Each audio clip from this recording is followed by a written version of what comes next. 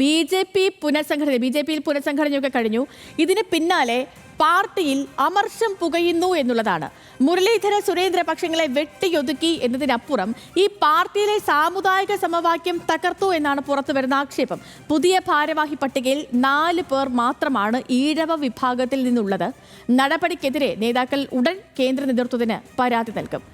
വിവരങ്ങളുമായി തിരുവനന്തപുരത്ത് നിന്ന് ഹാൻസ് നമുക്കൊപ്പം ചേരുന്നുണ്ട്. ഹാൻസെ, ഈ പുനഃസംഘടനയ്ക്ക് പിന്നാലെ ഉടലെടുത്ത പൊട്ടിത്തെറി അത് സുരേന്ദ്ര മുരളീധര പക്ഷങ്ങളെ വെട്ടിനിരത്തി എന്നായിരുന്നു. പക്ഷേ ഇതിപ്പോ അതിനുമപ്പുറം സാമുദായിക സമവാക്യങ്ങളെ തകർത്തു എന്ന രീതിയിൽ കൂടി നേതാക്കളുടെ ഭാഗത്തു നിന്നും പ്രതികരണങ്ങൾ വരുന്നു. എങ്ങനെയാണ് ബി.ജെ.പി. ഒരു വിഷയത്തെ കൈകാര്യം ചെയ്തത്? എന്താണ് ബി.ജെ.പിക്കുള്ളിൽ സംഭവിക്കുന്നത് പുനഃസംഘടനയ്ക്ക് ശേഷം?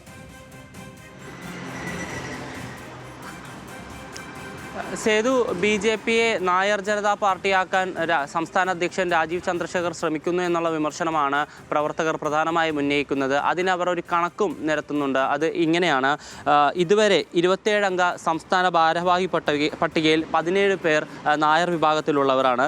5 മേഖലാ കൺവീനർമാരിൽ 4 പേരും ജനറൽ വിഭാഗം. അതുപോലെ തന്നെ പുതുതായി തീരുമാനിച്ച 9 വക്താക്കളിൽ എല്ലാവരും ജനറൽ വിഭാഗത്തിലുള്ളവരാണ്. ഇതുവരെ പ്രഖ്യാപിച്ച 41 ചുമതലക്കാരിൽ 28 പേർ നായർ വിഭാഗത്തിലും 2 പേർ നമ്പൂതിരി വിഭാഗത്തിലും ഉൾപ്പെട്ടവരാണ്. ഈ പട്ടികയിലാണ് 4 പേർ മാത്രം ഈഴവ വിഭാഗത്തിലുള്ളൂ എന്നുള്ള വിമർശനം ഉന്നയിക്കുന്നത്.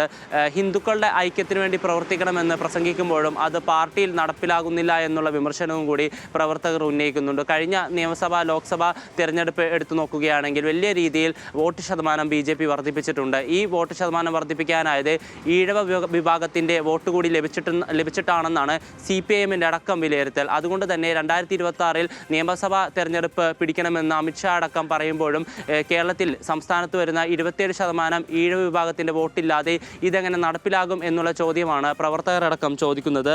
അതിനോടൊപ്പം തന്നെ ഈ രാജീവ് ചന്ദ്രശേഖറിൻ്റെ നേതൃത്വത്തിൽ ഒരു കരയോഗം കമ്മിറ്റിയാക്കി വരേണ്യ വിഭാഗത്തിൻ്റെ ഒരു കുത്തക ആക്കാനായി പാർട്ടി ശ്രമിക്കുന്നു, അല്ലെങ്കിൽ ആ ഒരു രീതിയിലേക്ക് പാർട്ടി മാറുന്നു എന്നുള്ള വിമർശനം കൂടിയാണ് ഇപ്പോൾ പാർട്ടി വക്താക്കൾ ഉന്നയിക്കുന്നത്. അതിൻ്റെ ഭാഗമായി തന്നെ ഇപ്പോൾ കഴിഞ്ഞ ദിവസങ്ങളിൽ ഈ സംസ്ഥാന ഭാരവാഹി പട്ടിക പുറത്തുവിട്ടപ്പോൾ വി മുരളീധരൻ്റെയും കെ സുരേന്ദ്രൻ പക്ഷത്തെയും വെട്ടിനിരത്തി എന്നുള്ള പരാതി ഉയർന്നിരുന്നു.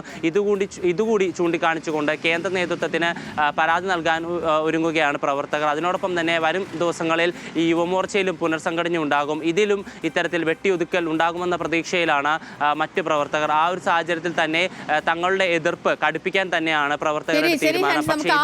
കുറച്ചുകൂടി ആഴത്തിൽ നോക്കേണ്ടതുണ്ട്. കാരണം ഇപ്പോൾ പുനഃസംഘടനയ്ക്ക് പിന്നാലെ പാർട്ടിയിൽ ഉടലെടുത്തിരിക്കുന്ന തർക്കങ്ങളും കാര്യങ്ങളും ഒക്കെയാണ് ഹാൻസ് പ്രേക്ഷകരിലേക്ക് എത്തിച്ചത്.